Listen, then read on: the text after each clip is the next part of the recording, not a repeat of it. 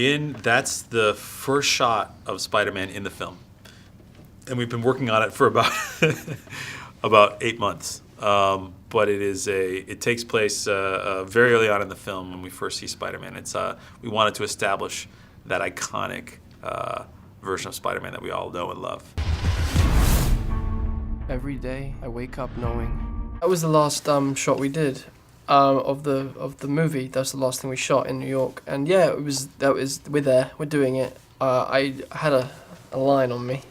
You know, but that was CGI'd out, you know, obviously. I had a harness on underneath my t-shirt and jeans or whatever, and they had a line on me, just a safety line, just to make sure if I did do something stupid or kind of like go through with a suicidal impulse, as you do when you're on a, you know, that's the thing. It's like, are you like when you know that vertigo feeling you have? It's like you're afraid of falling, or are you afraid of jumping? You know what I mean? Like, because part of you is just like compelled to just jump when you're at that such a beautiful height.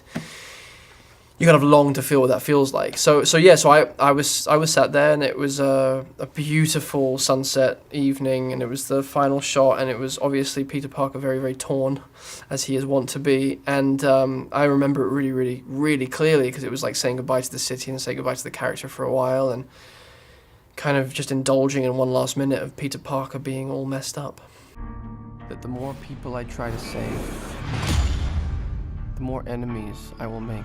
One of the tricky things is translating characters from the comics that work in illustrations into the three-dimensional reality on a New York street, and often things that work quite well as a drawing don't make sense in the physical world.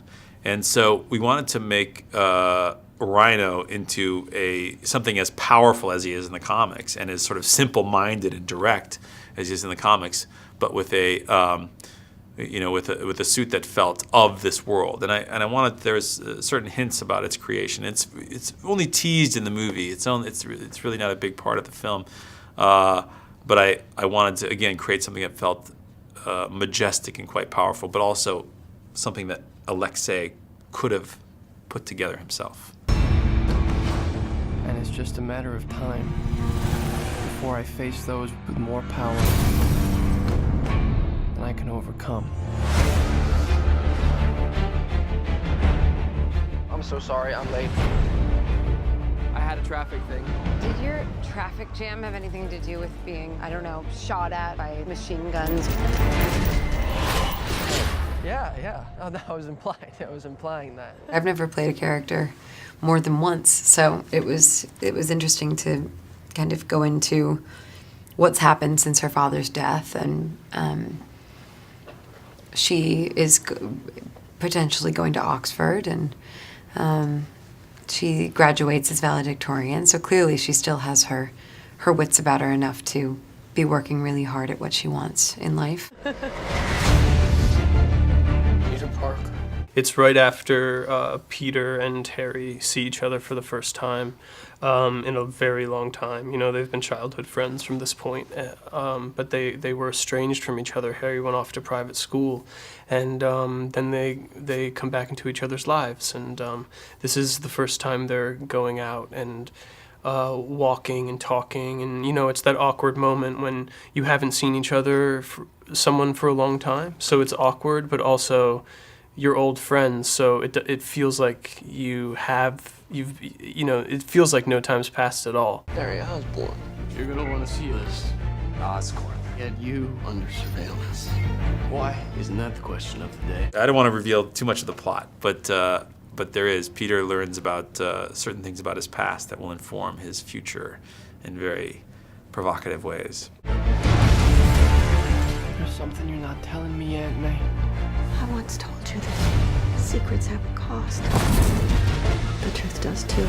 Secrets have a cost, but the truth does too. I think there's a line that Aunt May said in the first movie, which was, "Secrets have a cost, Peter." And we recapped that line, and we reimagined it a little bit. She said, "I once told you secrets have a cost. I guess the truth does too." Which means that any way you cut it, there's going to be some challenges ahead. My name is Richard Parker. I have discovered what Oscorp was going to use my research for. The big prominent villain in this movie is Electro, but there's many adversaries that Spider-Man's going to have to face. But the evil empire, the consistent thing between them all, is the evil empire known as Oscorp, or what's becoming this evil empire. And I think that's something that may inform people's viewing of the trailer. I have a responsibility to protect the world from what I know they're capable of. Questions will be answered. What is all this? The future. We literally can change the world. What about Peter? Not everyone has a happy ending. That's a Norman Osborn line. I wouldn't say it's a dark movie, but there's very powerful forces at work that are emanating from Oscorp.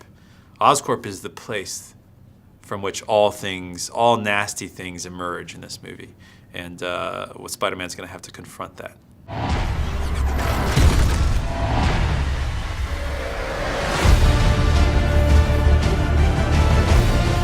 This is bigger than you, Peter. I made a choice. This is my path. Soon, everyone in the city will know how it feels to live in a world without power, without mercy. One of the difficult things that Spider-Man and Peter Parker have to face is, the people he loves are often put into danger. And that's one of the brutal, difficult ways that Spider-Man's adversaries can attack Spider-Man, is by attacking the ones he loves. So she may be in danger from time to time. We'll have to see. Without Spider-Man.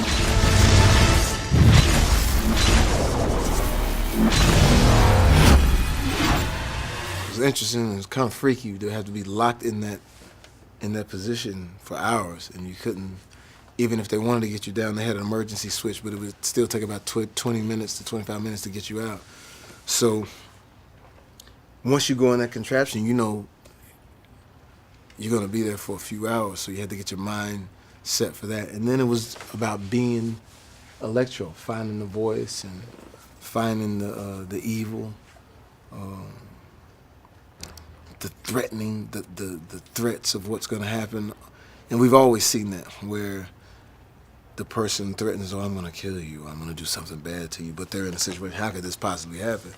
So to set that up to where, it was real, and then it was just myself and, well, really Mark Webb just taking me through all the emotions, because he knows what's going to happen after he shoots the plate, the rendering, the CGI and everything like that. So just trusting him, man, and trusting our instinct.